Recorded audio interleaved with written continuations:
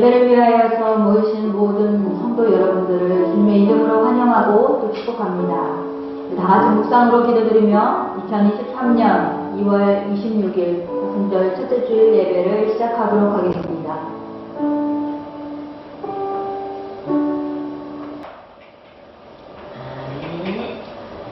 오늘 하나님께서 허락하신 말씀 신명기 8장 2절에서 8절 말씀입니다. 구약 성경 신명기 8장 2절에서 8절 6절 말씀입니다. 2절에서 6절입니다. 자리에서 일어나셔서 함께 합독하시기 원합니다.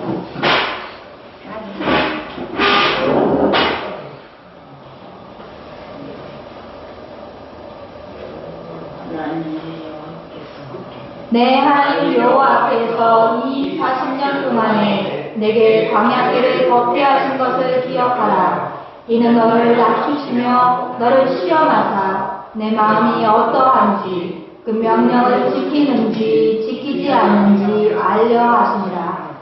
너를 낮추시며 너를 줄이게 하시며 또 너도 알지 못하며 내 조상님도 알지 못하던 만나를 내게 먹이신 것은 사람이 떡으로만 사는 것이 아니요 여호와의 입에서 나오는 모든 말씀으로 사는 줄을 내게 알게 하려 하심이니라. 이 40년 동안에 내 의복이 헤어지지 아니하였고 내 발이 부르지지 아니하였느니라.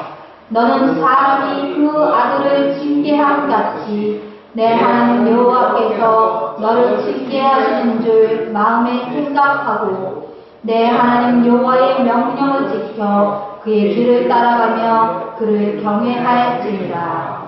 아멘. 앉으셔도 좋겠습니다. 영예입니다.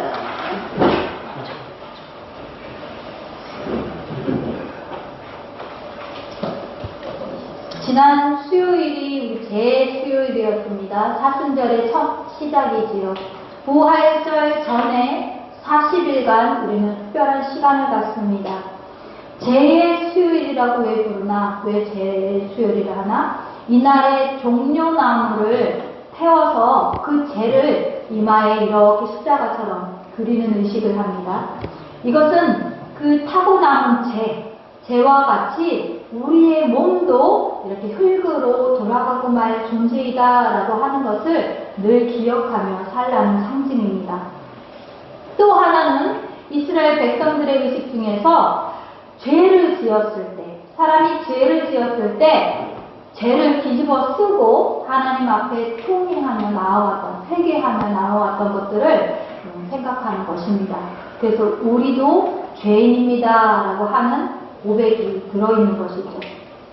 이렇게 제2의 수요일을 시작으로 해서 부활절 전에 40일간 우리는 예수 그리스도의 죽음, 또 예수 그리스도의 삶, 이것을 묵상하면서 특별한 시간을 보내게 되는 것이죠.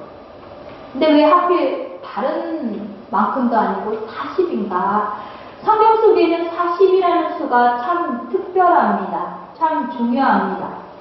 40은 어떤 한 인물이나 민족이 뜻을 이루기 위해서 고난당한 시간, 시험당한 시간, 그리고 연단받아서 성장하게 되는 시간입니다.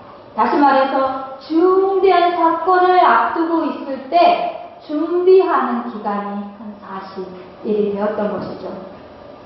한 세대가 지나가고 다음 세대가 열려지는 어떤 전환점을 맞이하게 되는 것입니다. 그래서 노아의 홈스테 어땠습니까?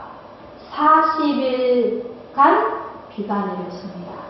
40주 40야를 비가 내렸다고 그래요. 그죠? 그리고 모세가 시내산에 올라가서 하나님께 십계명이 써진 돌판을 받습니다. 하나님의 계명이 써진 돌판을 받아요. 이때 이 돌판을 받기 위해서 그 산에 올라가 기다렸던 시간이 40일이었어요. 또 예수님께서 40일을 금식하시고 광야에서 시험을 받았어요. 사탄에게 시험받고 승리하셨어요. 그게 40일이에요. 또 예수님이 부활하시고 나서 나타나셔서 제자들과 함께 하셨던 시간이 바로 40일이었습니다.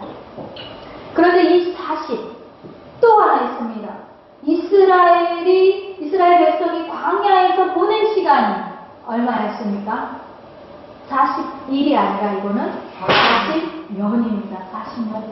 이렇게 40일이란 숫자와 고난을 뜻하고 혹은 고난만 뜻하는 게 아니라 고난으로 인하여서 새롭게 되는 그 시간을 이야기하는 것이죠. 우리가 복음의 핵심으로 뭘 말합니까? 가장 큰 기쁨인 부활. 그죠? 부활. 이 부활의 주일을 우리가 기다리고 있습니다. 부활의 주일을 맞으면서 그냥 이렇게 보내는 것이 아니라 이 40여의 시간을 특별히 또 우리가 죄인이었던 우리가 주 예수 그리스도의 십자가에 못 박힘, 주가 십자가에 못 박힘으로 그 보혈로 우리가 죄인에서 생명으로 옮겨졌던 이 놀라운 소식을 그냥 받아들이는 것이 아니라 하나님을 생각하며 주님의 말씀을 더욱 묵상하며 특별한 시간을 갖게 되는 것이죠. 우리도 이것을 새로운 전환점으로 새로운 국면으로 받아들일 수 있는 축복의 시간이 되기를 소망합니다. 네. 오늘 본문에서 40에 대한 이야기가 나옵니다. 바로 마지막에 말했던 40년 광야의 시간에 대해서 이야기하고 있습니다. 이스라엘이 애국에서 노예가 되었어요. 엄청난 시간 동안 노예 생활을 하고 있었습니다. 노예가 되면 어떻습니까? 그 생활이 편합니까? 절대 그렇지 않죠. 편안한 노예가 어디 있습니까? 노예란 그 말에 합족하는 건 정말 비참한 삶이겠지요. 그 삶이 얼마나 벗어나고 싶었겠습니까? 고된 노동을 해야 돼. 그죠? 성경에 쓰여 있기를 그들 위에 감독들을 세우고 무거운 짐을 지우겠다는 거예요. 괴롭게 했다는 거예요. 이집트에 보면은 막 피라미드가 있죠. 엄청난 돌을 쌓아놨던 그런 람셋을 건축하기 위해서 이들을 학대했다고 말하고 있습니다. 흙 일기기를 하고 또 벽돌 굽기를 시키고 또 농사도 짓게 하고 이러면서 이들을 엄하게 다스렸다는 거예요. 엄하게는 그냥 무섭기가 아니에요. 잔인하고 무자비하게 다스렸다는 것입니다. 그런데 희한하게도 이런 학대 속에서 이스라엘 백성들이 점차로 번성하는 너무 수가 많아지는 거예요. 자기들 민족보다 애국의 민족보다도 더 많아지는 것 같아요. 그러니 늘 두려웠어요. 애국 사람들이. 이들을 가만둬서는 우리에게 해를 입히겠다 싶으니까 어때요? 더 심하게 학대하는 겁니다. 더 엄하게 하는 거예요. 그래서 애들이 태어나면 죽이도록 했어요. 사내 아이면 죽여버리고 너무 수가 많으니까 이걸 감당할 수가 없어서 애가 태어나면 남자아이는 죽이고 여자아이는 남겨놓도록 했어요.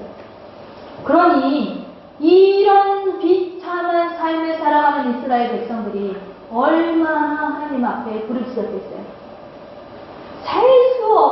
살 수 없는 고통 가운데서 부르짖었습니다. 그러니 하나님께서는 이 신음의 소리를 들으시고 내 백성의 고통당함을 아시고 이 부르짖음을 들으시고 가만히 있지 않으셨다라고 말씀하십니다. 그들을 애굽에서 건져내셨어요. 새로운 땅을 허락하셨어요. 약속의 땅, 그 땅은 젖과 꿀이 흐르는 땅입니다. 가나안 땅으로 인도하셨어요. 그런데 이들을 구원하시려면 바로 그냥 가나안에 들이면 되잖아요.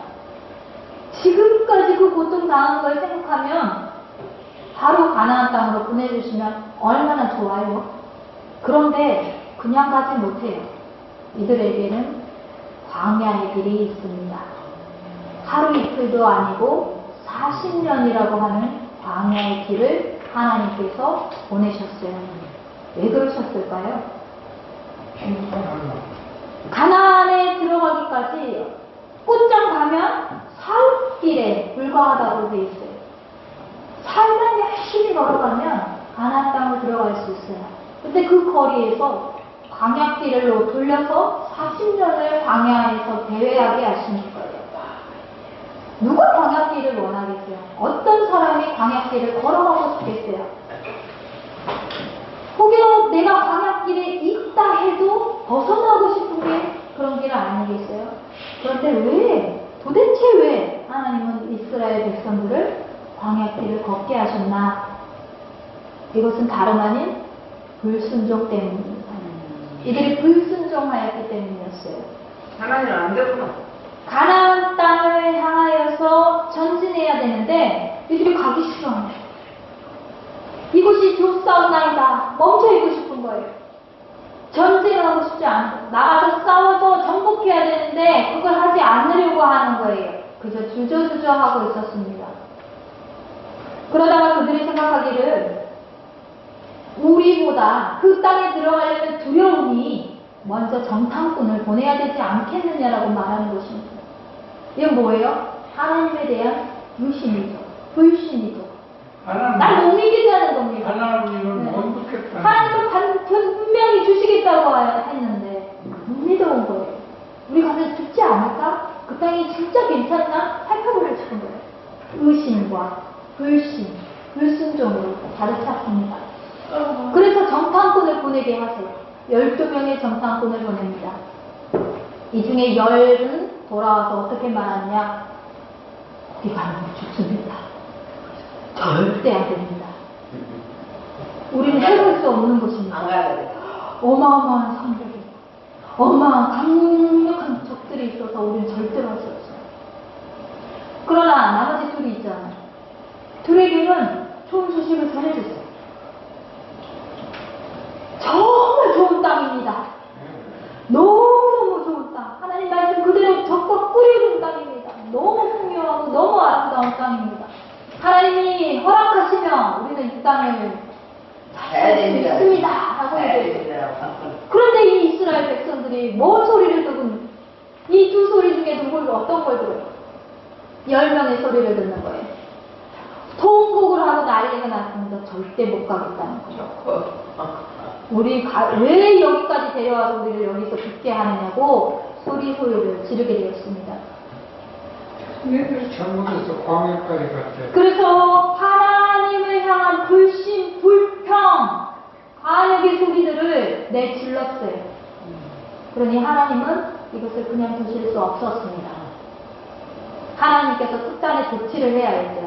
이들이 가나안 땅에 들어가서 산다고 하는 것은 그냥 그 새로운 땅에 그 좋은 땅으로 그냥 들이는 게 아니에요. 하나님 분명히 뜻이 있었어요. 이들을 선택하고 이들을 그곳으로 보내시는 이유가 있어요. 하나님 나라를 세우신 거예요. 하나님 민족으로 살아가기를 원하시는 거예요. 그러려면 뭐가 있어야 돼요? 믿음이 있어야 돼요. 하나님의 순전함이 있어야 돼요. 그리고 이들의 삶 안에서 하나님의 법이 다스려져야 돼요. 그런데 지금 어떻게 하고 있어요? 절대로 갈 수 없다. 절대로 하나님 말 안 듣겠다. 이렇게 하고 있는 거예요. 그것은요, 우상 숭배가 심한 나라였어요. 극심한 나라였어요. 그리고 그것은 엄청나게 세련된 문화가 있었어요. 엄청나게 좋은 기술들이 있었어요. 그곳에 들어가면 바로 어떻게 됩니까? 그들이 바로 신앙을 버리게 될 거예요. 그 삶을 그들의 문화에 맞춰서 살고 말 거예요. 그런데 그곳에 철저히 준비되어 들어가도 부족한데 지금 이 상태로 그곳에 들어갈 수 없어요. 그러니 이들을 광야길로 보내십니다. 이것은 하나님을 위해서가 아니에요. 하나님께 복종하는, 하나님께 굴복해서 복종하는 어떤 로봇 군단을 만들고 싶은 게 아니에요. 그들을 살리기 위해서 하나님이 선택하시는 길이에요. 그들이 살고자 한다면, 그들을 살리고자 한다면 그들을 그대로 보낼 수 없다는 것입니다. 또 다른 노예가 되는 거예요. 지금 애굽에서 건져내셨잖아요. 노예에서 건져내신 거예요. 구원해 주신 거예요. 그런데 그곳에 가서 또 노예가 되는 거예요. 그러니 하나님은 그렇게 할 수 없으셨어요. 그런데 광야는 어떤 곳입니까? 엄청나게 혹독한 곳이죠. 왜요? 척박하니까요. 물이 없잖아요. 먹을 것이 없잖아요. 그곳에는 아무것도 없어요. 떼약볕이 내리쬐어도 피할 곳이 없어요. 바람이 불어도 숨을 곳이 없어요. 아무리 애를 써봐도 자기 스스로 살아낼 수 없는 곳이에요. 암만 버텨보아도 버텨 그것은 그냥 죽음이라고 봐야 되는 것이에요. 그것은 생존 불가의 환경입니다. 그 속에서 나의 능력을 자랑할 수 없어요. 난 능력 있어. 거기서 써먹을 수 없어요. 나 지혜 있어. 거기서 지혜를 부릴 수가 없어요. 거기 안에서 나 뭐 많이 가졌어. 아무 소용없는 거예요. 세상에서는 통했어요. 세상에서는 작동했어요. 그런데 광야에서는 절대로 작동하지도 않고 아무 소용도 없어요. 광야는 죽음이었어요. 죽음이라는 환경 안에서야 비로소 내 자신이 어떤 사람인지를 깨닫게 되는 거예요. 어떤 존재인지를 깨닫게 되는 거예요. 얼마나 초라한 존재인지, 얼마나 무능력한 존재인지, 얼마나 지혜 없는 존재인지 우리는 깨닫게 됩니다. 내가 그동안 의지했던 내 가족, 내 친구, 나 물질, 어떤 힘, 능력, 어떤 권세, 나의 자리 아무 소용없는 자리. 그리고 나서는 이 인간이라고 하는 것이 얼마나 고독한 존재인지, 얼마나 능력 없는 존재인지를 알게 되는 것이죠. 이렇게 우리가 낮아지고 나서야 그제야 헛된 것을 쫓아왔다는 것을 우리가 알게 되죠. 우리가 그동안 잊어버렸던 것, 진짜 중요했던 것, 우리에게 진짜 힘이 되었던 것, 진짜 능력이 되었던 것이 무엇인지 알게 되는 거예요. 그러니 광야는요, 주님과 더불어 살고 주님으로 인해서 사는 천국의 훈련장이었던 거예요. 주님만이 나를 살게 하고 계셨구나. 주님의 능력이었구나. 나의 힘인 줄 알았더니 아니었구나. 내가 내 힘으로, 내가 내 능력으로, 내가 내 지혜로, 내 물질로 살아가고 있는 줄 알았더니 아니었구나. 하나님의 뜻이구나. 주님이었구나. 주님만이 나를 인도하셨구나. 주님만이 나를 살게 하시는구나. 라고 하는 고백이 쏟아지는 공간이에요.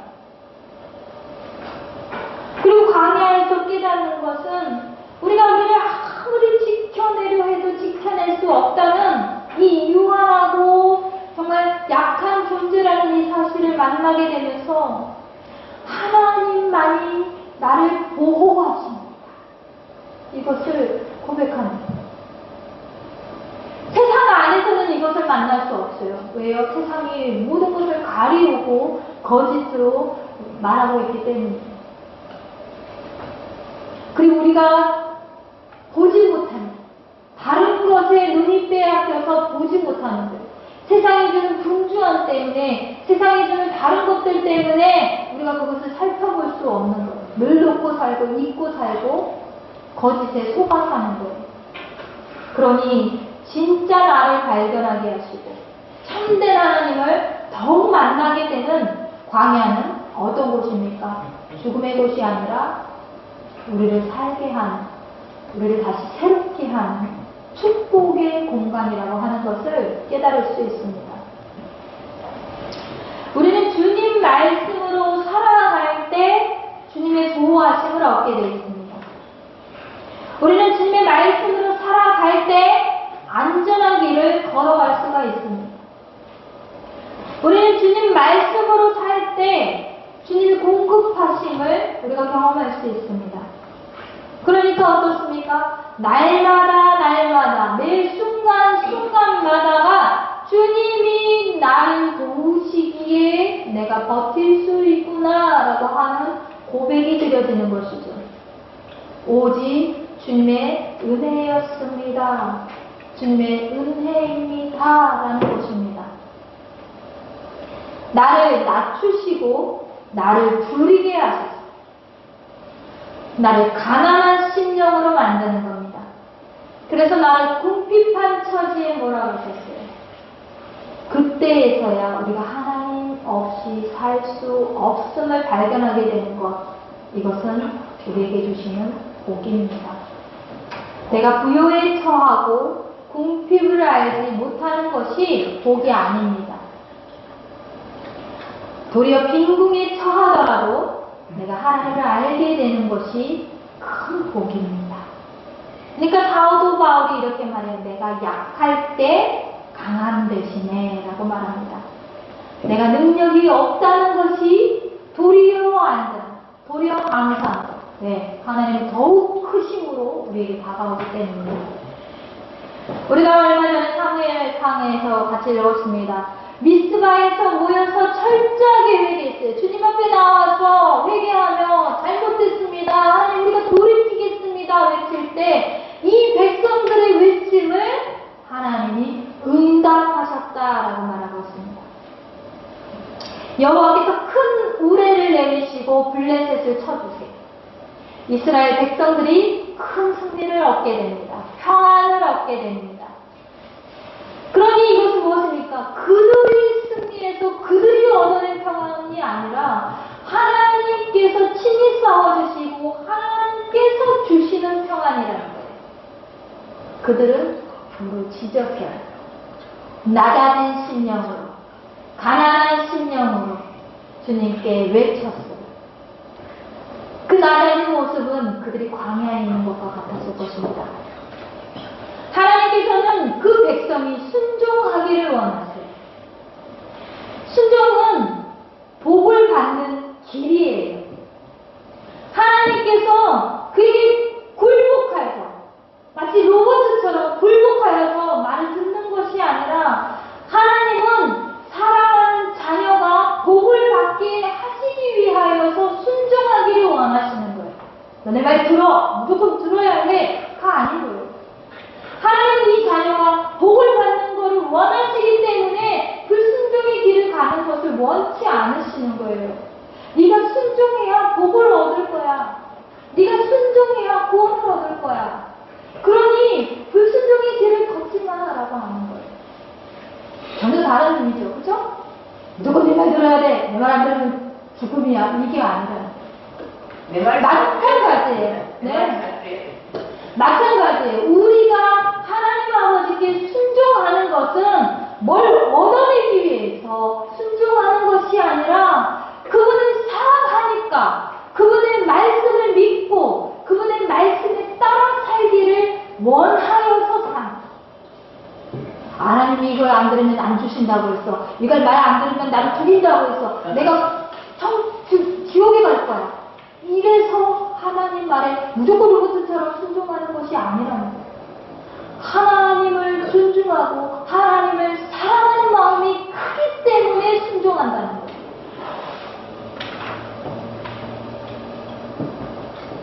이 사순절의 기간에 저와 여러분이 주님의 사랑을 더 크게 발견하게 되시기를 바랍니다.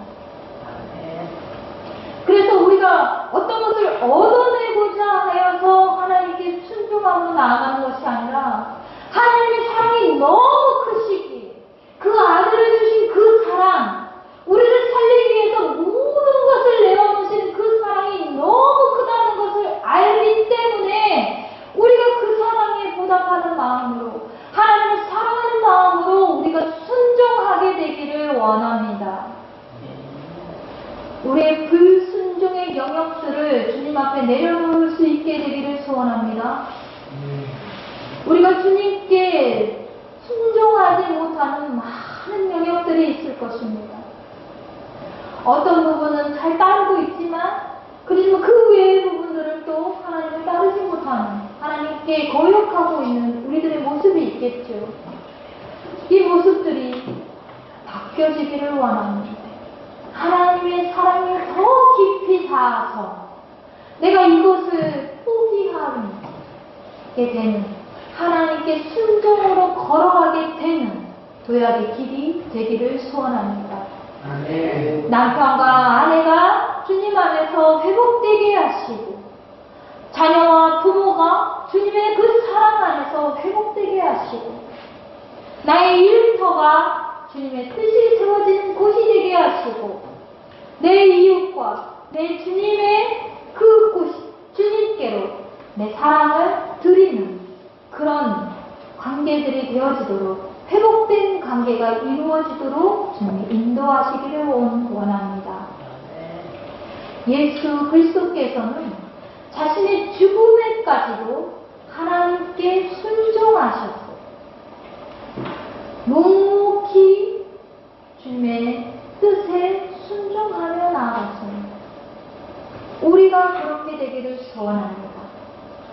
주님을 닮아서 우리가 묵묵히 우리의 십자가를 지고 주님께 순종으로 따라가는 그러한 모든 주의 백성들 되도록 주님 인도하시기를 소원합니다. 함께 기도합시다. 하나님 감사합니다. 우리가 광야의 메마른 땅을 걸어갈지라도 그곳에서 물을 내시며 또 그곳에서 만나를 내어주시는 주님, 그 길이 비록 고단할지라도 우리는 주님을 위하여 주님께 순종하며 주님을 의지하며 나아가는 저희들이 되게 하여 주시옵소서. 묵묵히 십자가의 길을 걸으신 주 예수 그리스도를 이 사순절의 기간 묵상함으로 우리도 주님을 더욱 사랑하여 주님께 순종하는 주님의 자녀가 되게 하여 주시옵소서. 모든 것 감사드리며 예수님 이름으로 기도합니다. 아멘. 같이 일어나셔서 서로를 환영하며 축복하시겠습니다.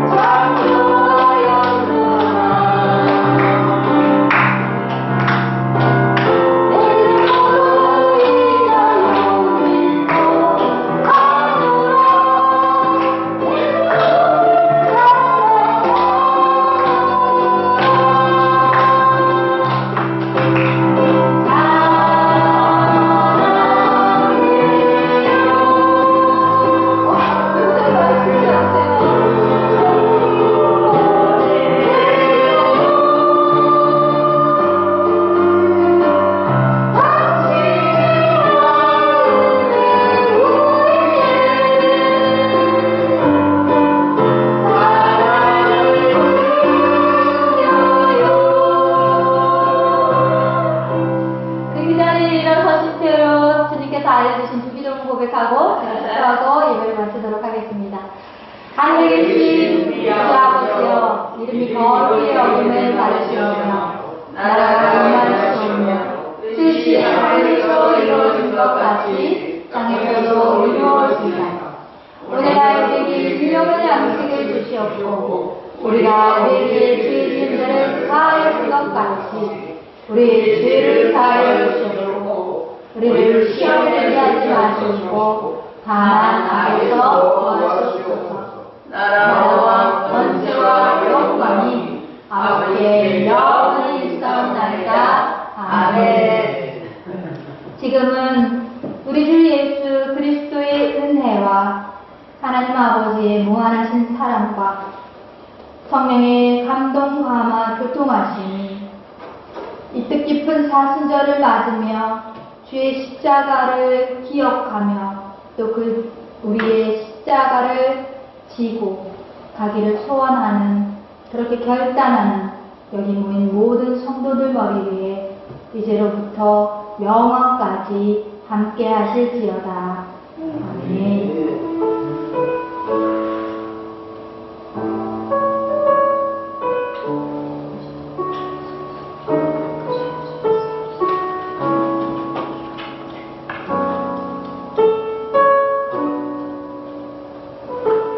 감사합니다. 예배를 마치겠습니다.